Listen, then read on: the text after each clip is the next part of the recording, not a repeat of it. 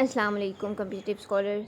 So in our previous video we have started the new subject of CSS and PMS psychology. So the brief introduction and their outlines and paper trends we have already discussed in our previous video. So we will discuss inshallah the next topic of this subject and we will also review the previous one. Okay, so we have done the definitions of psychology. So it's a scientific study the behavior of mental process. ये एक्सिंसन ने कहा था, ठीक है। और psychology जो है वो दो लफ्ज़ों का कम्बिनेशन है, psyche and logy. Psyche means है सोल और लोगोस का मतलब आपको पता ही है क्या है, study. So study of soul is known as psychology. William James एक बहुत वेल नोन एक रिसर्चर है साइकोलॉजी में। अभी हमने कहा कि एक साइंटिफिक स्टडी है, तो साइंटिफिक स्टडी तभी होगी ना जब वहाँ पर रिसर्च का काम हो रहा है, ठीक है। साइंटिफिक यानी साइंस का उसके अंदर इंटरप्रिटेशन है। विलियम जेम्स कहता है कि माइंड की जो स्टडी है जी वो साइकोलॉजी है, ठीक है। इसने कहा कि माइंड जो है हमारा फ्लेक्सिबल और फ्लूइड का होता है, ठीक है। फ़्लो है उसमें श्रेंस का और कॉन्शियसनेस का। कॉन्शियसनेस जो है हमारी पर्सनैलिटी को करती है, हमारे एक्शंस को, हमारी एक्टिवनेस को, हर चीज़ को जो है वो कंट्रोल करती है। फिर उसने डिफरेंस बताया ब्रेन और माइंड का क्या डिफरेंस है, हम पहले कर चुके हैं। ब्रेन क्या है? ब्रेन एक फ़िज़िकल स्ट्रक्चर है जो हमें नज़र आता है, ठीक है। उसकी एक शेप है, साइज़ है, उसके फंक्शन है, स्ट्रक्चर है, सब कुछ है। लेकिन माइंड जो है वो एक सॉफ्टवेयर है, ठीक है। तो ये इसमें बेसिकली डिफरेंस है माइंड में और किस में, माइंड में और ब्रेन के अंदर, ठीक है। तो माइंड जो है वो टोटल सम है ऑल एक्सपीरियंसेस ऑफ लाइफ का, जबकि जो हमारा ब्रेन है ये एक फ़िज़िकल ऑर्गन है बॉडी का। तो डिफरेंट काम हम लेते हैं अपने ब्रेन से, माइंड से, thinking process, learning behaviours, biological process, unconsciousness, ये सारी चीज़ें इसमें शामिल है। तो यूनिवर्सिटी ऑफ नॉर्थ कैलिफोर्निया के अकॉर्डिंग वो कहते हैं ब्रेन क्या है और माइंड क्या है। The brain creates the mind, ठीक है। So understanding how this happens shares new right and order psychological theories and inventions. तो ये वीडियो आपके साथ शेयर करने का, बनाने का मकसद ये है कि आपको जो अपने नोट्स हैं ड्यूरिंग माई CSS जर्नी वो आपके साथ शेयर किए जाएँ और आपके अथेंटिक जो इन्फॉर्मेशन है वो आप तक कन्वे की जा सके, ताकि आपका टाइम बचे और आपको डिफरेंट सोर्सेज से हर टॉपिक और जो है वो सर्च आउट ना करना पड़े, एक ही जगह पे आपको सारा कुछ जो है वो अवेलेबल हो। नेक्स्ट, स्कोप ऑफ साइकोलॉजी को हम दोबारा से डिस्कस करते हैं। प्रीवियस हमने जस्ट इसको ज़रा सा किया था, ये लॉन्ग क्वेश्चन आ जाता है, ठीक है। तो आपको जैसे ये अब बताया जाएगा एक पॉइंट कि क्या स्कोप है इसका, तो आपने उसकी आगे खुद ही जो है उसकी डिस्क्रिप्शन लिखनी है। लॉन्ग क्वेश्चन ये लास्ट जो प्रीवियस था एग्ज़ाम CSS का 2025, उसमें भी ये क्वेश्चन आया था, स्कोप ऑफ साइकोलॉजी। मेरा भी साइकोलॉजी ऑप्शनल सब्जेक्ट था, that's why I am making video on this subject. So heredity versus environment in shaping behaviour. हमारा हेरिडिटी का और इन्वायरमेंट का बहुत ज़्यादा इफेक्ट होता है कि हम उसके अकॉर्डिंग काम करते हैं। हेरिडिटी यानी हमें जेनेटिक्स में जो चीज़ मिली है, हमारी नेचर होती है। जैसे अक्सर मतलब कहा होता है ना कि मलिक जो है वो इस तरह के होते हैं, चौधरी की ये नेचर होती है, राव जो हैं उनकी ये नेचर है, ठीक है। और जो इन्वायरमेंट है वहाँ से बंदा बहुत कुछ कैच करता है, ठीक है। तो हमारा बिहेवियर को शेप कर रहा होता है। फिर impact of violent TV programme children. अगर हम टीवी पे कुछ इस तरह का देख रहे हैं, वो भी हमारी हेल्थ के ऊपर, हमारे ब्रेन पे, माइंड पे बहुत ज़्यादा इफेक्ट करता है, ठीक है। रिवॉर्ड वर्सेस पनिशमेंट, ये हमारे बिहेवियर को डिटरमाइन करता है। यानी अगर हमने कोई अच्छा काम किया, हमें रिवार्ड मिला है, तो हम खुश होंगे कि हमें ये काम हमने किया तो हमारी अप्रिसिएशन हुई, हमें सराहा गया, तो हम वो काम कहीं करेंगे कि दोबारा करने की कोशिश करेंगे। बस पनिशमेंट, तो अगर हमें किसी चीज़ से रोकने के लिए पनिशमेंट दी गई है तो हम कोशिश करेंगे कि नेक्स्ट टाइम वो काम ना करें। पनिशमेंट भी आपको पता है पॉजिटिव भी होती है और नेगेटिव भी होती है। सम टाइम जब हमें किसी काम से मना करने के लिए सज़ा दी जाती है तो हमारा माइंड जो है हमें पुश करता है कि हम दोबारा वो काम करें, ठीक है। यानी जिस चीज़ से मना किया जा रहा है हम दोबारा वो काम करने की कोशिश करते हैं। तो ये हमारे बिहेवियर को डिटरमाइन करता है। फिर इसी के अकॉर्डिंग हमारा बिहेवियर पॉजिटिव भी होगा, नेगेटिव भी होगा। कॉजेज़ ऑफ डेविएंट बिहेवियर, इसमें भी साइकोलॉजी का बहुत ज़्यादा रोल है कि हम देखें, रीज़न्स ढूंढें कि क्या क्या मसले मसाइल हैं जिसकी वजह से एक बंदे का बिहेवियर जो है मुख्तलिफ है बाकी लोगों से, नॉर्मल बिहेवियर नहीं है, ठीक है। मैरिटल एडजस्टमेंट्स, मैरिटल एडजस्टमेंट यानी शादी आपकी हुई है, ठीक है। तो आप उसके अंदर किस तरह एडजस्टमेंट्स कर रहे हैं, किस तरह ख़ुद को बैलेंस करने की, नॉर्मलाइज करने की कोशिश कर रहे हैं। एंड सेल्फ एजर्टिवनेस, ठीक है। और अपने आप पे आपका कितना कंट्रोल है कि आपने उसके अंदर खुद को रचा बसा लिया, ठीक है। डिस्टर्ब फैमिली रिलेशनशिप्स, चिल्ड्रन जो है इस बहुत ज़्यादा इफेक्ट होते हैं। फॉर एग्जांपल मियाँ बीवी हैं, ठीक है, स्पाउस हैं, वो आपस में लड़ते झगड़ते हैं या कोई और उनके इश्यूज़ चल रहे हैं, बच्चों के सामने ज़ाहिर है अगर वो गालम गलौज करते हैं, मारपीट करते हैं या और जो है ऑफेंसिव लैंग्वेज यूज़ करते हैं, तो बच्चों के ऊपर उसका बहुत ज़्यादा इफेक्ट होता है। वो फिर सही तरह से सोशलाइज़ नहीं हो सकते, ठीक है, डरे डरे सहमे सहमे से रहते हैं, कॉन्फिडेंस उनका लूज़ होता है और फिर उनका जो है ट्रस्ट भी नहीं रहता अपने पेरेंट्स पे।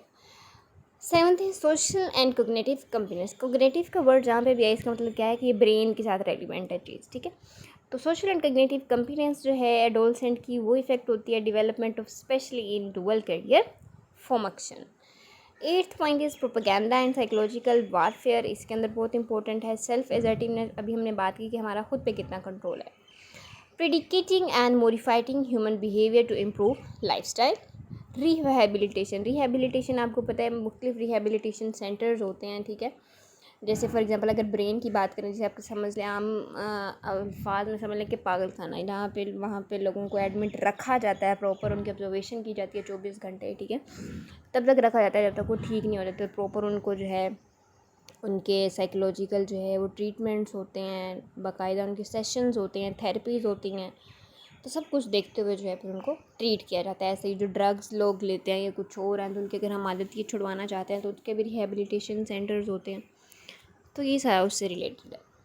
फिर 12th पॉइंट है इन्वायरमेंटल साइकोलॉजी। इन्वायरमेंट भी बहुत ज़्यादा बंदे पे इफेक्ट करता है। फॉर एग्जांपल एक बंदा अगर पंजाब में रहता है या पंजाबी फैमिली है उसकी, ठीक है, तो उसके जो जितने भी कल्चर्स होंगे, जितने उसके रस्म व रिवाज हैं, जो कुछ भी है वो उसी को ज़्यादा लाइक भी करेगा और अपनाएगा भी वही, ठीक है। जबकि जो कहीं और रहता है उसके वहाँ के होंगे, उसे वो चीज़ें नॉर्मल लगेंगी, हमें वो चीज़ें नॉर्मल नहीं लगेंगी। तो इन्वायरमेंट का जो है वो बंदे के ऊपर बहुत ज़्यादा इफ़ेक्ट होता है और इम्पेक्ट भी होता है। गाइडेंस एंड स्कॉलरशिप के अंदर इसका जो है स्कोप है बहुत, ठीक है। क्रिमिनोलॉजी में किस तरह से, जैसे कोई बंदा क्रिमिनल है, उसका क्रिमिनल बैकग्राउंड है, तो हम उसकी साइकी चेक कर सकते हैं कि उसकी क्या पीछे रीजंस हैं कि जिसकी वजह से वो क्रिमिनल बना, ठीक है। पॉलिटिक्स में भी बहुत ज़्यादा रोल है साइकोलॉजिकल, आपको पता है जब भी कोई एंट्री टेस्ट वगैरह देते हैं बड़े लेवल का या कहीं पे आपने सिलेक्शन करनी है, एंट्री टेस्ट होते हैं, तो उसमें साइकोलॉजिकल टेस्ट आपका लाजमी होता है, वो यही चेक करने के लिए होता है, ठीक है। मिलिट्री में साइकोलॉजिकल टेस्ट होता है हमेशा इसलिए इसमें भी स्कोप है, स्पोर्ट्स में भी, एजुकेशन में, हेल्थ में। पाकिस्तान में क्या क्या स्कोप है साइकोलॉजी का कि इसको पढ़ने के क्या फ़ायदे हैं या किस किस फील्ड ऑफ लाइफ के अंदर इम्पोर्टेंट है, आगे इसका मेजर रोल है। एजुकेशन एंड ट्रेनिंग में ज़ाहिर आपको पता है एजुकेशन में सब्जेक्ट है, जब आप आर्ट्स रखते हैं तो आप उसमें साइकोलॉजी का जो सब्जेक्ट है उसको ऑप्ट कर सकते हैं, ठीक है। फिर ट्रेनिंग, आप ट्रेनर बन सकते हैं इसके। Clinical psychologist in hospitals and, her hospital के अंदर जो क्लिनिकल साइकोलॉजिस्ट है वो लाजमी होता है, ठीक है। उसने पेशेंट्स का देखना होता है कि क्या मसला मसाइल चल रहा है। आर्मी सिलेक्शन सेंटर्स के अंदर जो बोर्ड्स के मेंबर होते हैं उसमें भी लाजमी एक साइकोलॉजिस्ट होता है जिसने चेक करना होता है हर बंदे की साइकोलॉजी को, ठीक है। ट्रेनिंग प्रोग्राम्स एंड रिक्रूटमेंट का भी क्या मतलब है, जब आपने किसी बंदे को हायर करना है जॉब के लिए तो वहाँ पे भी जो है ये लाजमी हिस्सा है साइकोलॉजी की, psychologist. Civil services selection board, ये जैसे अभी आप CSS करेंगे तो जब आपका इंटरव्यू होता है उसमें भी आपका साइकोलॉजिकल टेस्ट अलग से होता है, और जब आप इंटरव्यू के लिए जाते हैं तो पैनल में एक बंदा होता है जो साइकोलॉजी स्पेशलिस्ट होता है, जो आपको जज कर रहा होता है कि आपका बैठने का क्या स्टाइल है, आपका आई कांटेक्ट क्या है, आप हाथ कैसे मूव करते हैं, आप बात कैसे करते हैं किसी क्वेश्चन के आंसर में। तो ये सारी चीज़ों को देखते हुए वो असेसमेंट करता है कि आपकी साइकोलॉजिकल कंडीशन क्या है, आपके माइंड की कंडीशन क्या है। NGOs 2005 अर्थक्वेक, ठीक है। NGOs में जो बहुत ज़्यादा रोल है NGOs में, ठीक है, साइकोलॉजी का। 2005 में जब ज़लज़ला आया पाकिस्तान में, आपको पता है, तो बहुत सारे लोग जो थे वो शौक में चले गए कि ज़लज़ला आया, बहुत से लोगों का नुकसान हुआ, जानी नुकसान हुआ, माली नुकसान हुआ। तो फिर लोगों को बहुत मुश्किल से जो है आराम से आहिस्ता आहिस्ता जो है वो नॉर्मल लाइफ की तरफ लाया गया, जिसकी वजह से साइकोलॉजिस्ट ने अपना बहुत ज़्यादा अहम रोल प्ले किया, लोगों को नॉर्मलाइज करने की कोशिश की। ड्रग रिहेबिलिटेशन सेंटर्स, अच्छा, जहाँ पे ड्रग रिहेबिलिटेशन सेंटर्स होते हैं वहाँ पे भी साइकोलॉजिस्ट होते हैं लाजमी, ताकि वो लोगों को ट्रीट कर सकें easily. Research, national institute of psychology, research में भी बहुत ज़्यादा जो है वो इम्पोर्टेंट है, क्योंकि हमने साइंटिफिक स्टडी का तो रिसर्च हम करते हैं कि किसी बंदे के साथ क्या इशू है, फिर उसके ऊपर प्रॉपर रिसर्च होती है। रिसर्च भी आपको पता है मुख्तलिफ़ किस्म की होती है, उस पर डिपेंड करता है कि हमारा पेशेंट कैसा है, उसकी ज़हनी हालत क्या है, और हम किस तरह से जो है अपना एक्शन परफॉर्म करेंगे। पाकिस्तान में नेशनल इंस्टीट्यूट ऑफ साइकोलॉजी बहुत बड़ा रिसर्च का सेंटर है, जहाँ पे हम साइकोलॉजी से रिलेटेड जो है वो सारी रिसर्च कर सकते हैं। Next is the outline developments of psychology as science, कि साइंस के तौर पे किस तरह उभरेगी। हालांकि साइकोलॉजी आपको पता है कि एक आर्ट सब्जेक्ट है, ठीक है, सोशल साइंसेस का सब्जेक्ट है साइकोलॉजी, लेकिन चूँकि ये ह्यूमन ब्रेन के साथ रिलेट करता है, सो इसको भी साइंस कंसिडर किया जा रहा है। तो अभी हम देखेंगे कि आहिस्ता आहिस्ता से इसमें कैसे डेवलपमेंट होती रही, इसकी हिस्ट्री क्या है, कैसे आइडेंटिफाई किया गया कि ये साइंस है, किस किस तरह किस किस वक्त में इस पर क्या क्या काम होता रहा, और अब इसकी जो है करंट कंडीशन क्या है। सो अपकमिंग वीडियो में और इंशाल्लाह जो है नेक्स्ट वीडियो में हम डिस्कस करेंगे स्कूल्स ऑफ थॉट और साइकोलॉजी के कितने स्कूल ऑफ थॉट्स हैं, कब बने, किसने बनाए, और इनका क्या क्या रोल है, किसने क्रिटिसाइज़ किया, तो फिर नेक्स्ट स्कूल आया, इस सब पे हम बाद में बात करेंगे। अभी हमारा टॉपिक है development of psychology as science. So intellectual have pondered over human behavior, emotions, thoughts and actions well before Greeks, ठीक है। ग्रीक्स के पहले जो थे इसके में बहुत ज़्यादा रोल था।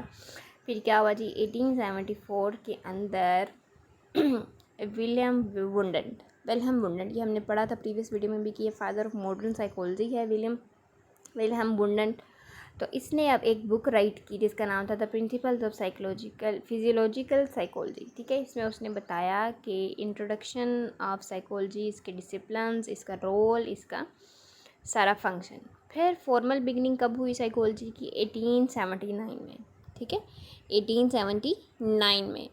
तभी जो है इसने फर्स्ट लेबोरेटरी भी बनाई थी, इसी साइंटिस्ट ने ही, विल्हेम वुंडन ने, यूनिवर्सिटी ऑफ लेपजिंग जर्मनी के अंदर, ठीक है, जिसके अंदर हम साइकोलॉजी के ऊपर रिसर्च कर सकें, ठीक है। तो ये एमसीक्यूज़ पूछा जा सकता है, तो ये आपने इस लिहाज से याद रखना है। Largely expanded in the last century, जो अभी प्रीवियस सेंचुरी है 19th सेंचुरी है, अभी तो 20th चल रही है, तो इसको, लेकिन हम 19th सेंचुरी को भी, जिसमें 19th वाले सारे आते हैं, उसे 20th सेंचुरी ही बोलते हैं, तो अभी 21st सेंचुरी चल रही है, ठीक है।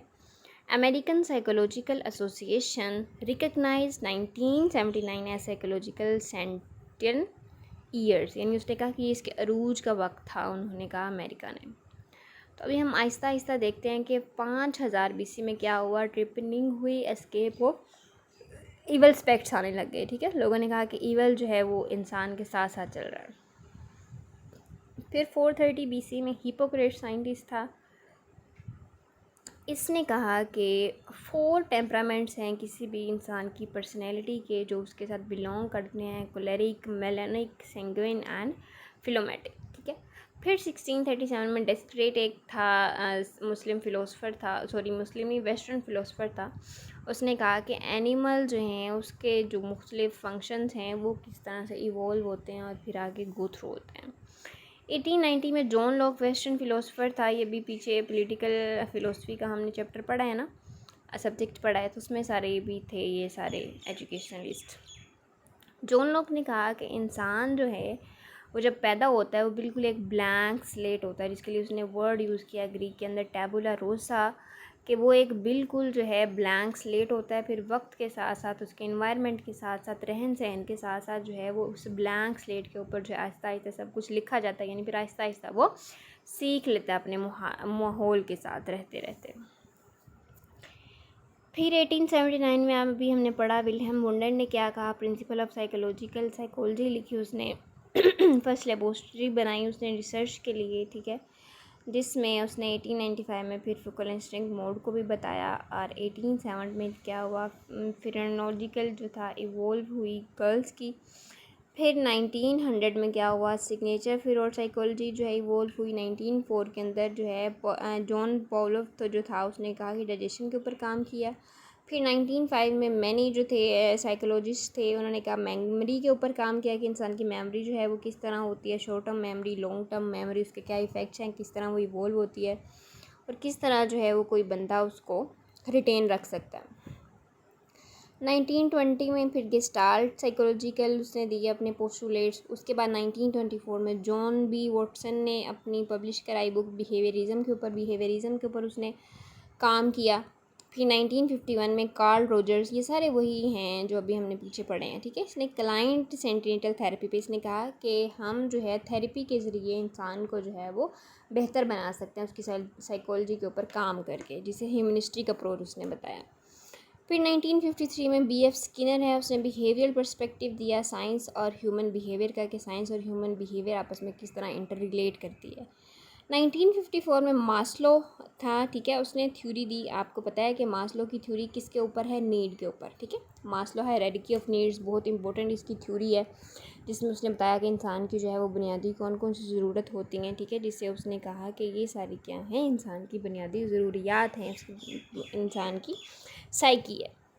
1969 में फिर आर्ग्यूमेंट्स रिगार्डिंग जेनेटिक बेसिस के ऊपर काम हुआ, IQ के ऊपर काम हुआ कि किस किस तरह से जो है वो रिलेट होती है। उसके बाद से जो है आज तक इसके ऊपर काम चलता आ रहा है, और अब आपको पता है साइकोलॉजी जो है एक बेसिक सब्जेक्ट बनता जा रहा है और एक साइंस के तौर पे उभरता हुआ नज़र आ रहा है। सो ये इसका बैकग्राउंड था। ये क्वेश्चन में कम ही पूछा जाता है कि इसका बैकग्राउंड लिखें या डेवलपमेंट लिखें साइकोलॉजी की, लेकिन इनमें से कोई चीज़ MCQ में पूछी जा सकती है कि किस ईयर में क्या हुआ, या किस चीज़ का जो था क्या काम था, या कौन सी थ्योरी किस साइंटिस्ट ने दी, ठीक है, किस सन में दी, टेबुलर ऐसा किस साइंटिस्ट ने कहा, इसका क्या मतलब है, ठीक है। और पहली जो थी वो लैब कहाँ पे बनी, किसने बनाई, मास्लो ने कौन सी थ्योरी दी, इस तरह के MCQ जो हैं वो पूछा जा सकते हैं एग्ज़ाम के अंदर। सो इंशाल्लाह नेक्स्ट वीडियो के अंदर हम स्कूल्स ऑफ साइकोलॉजी को डिस्कस करेंगे डिटेल के साथ, ठीक है। तब तक के लिए अपना ख्याल रखें, और अगर न्यू सुनने वाले व्यूवर्स ने अगर अभी तक मेरा चैनल सब्सक्राइब नहीं किया द कॉम्पिटिटिव स्कॉलर, तो काइंडली आपसे रिक्वेस्ट है कि इसको सब्सक्राइब कर दें और अपने फ्रेंड्स के साथ भी शेयर करें। सो मेरे साथ बने रहिए, मिलते हैं नेक्स्ट वीडियो में। अल्लाह हाफिज़।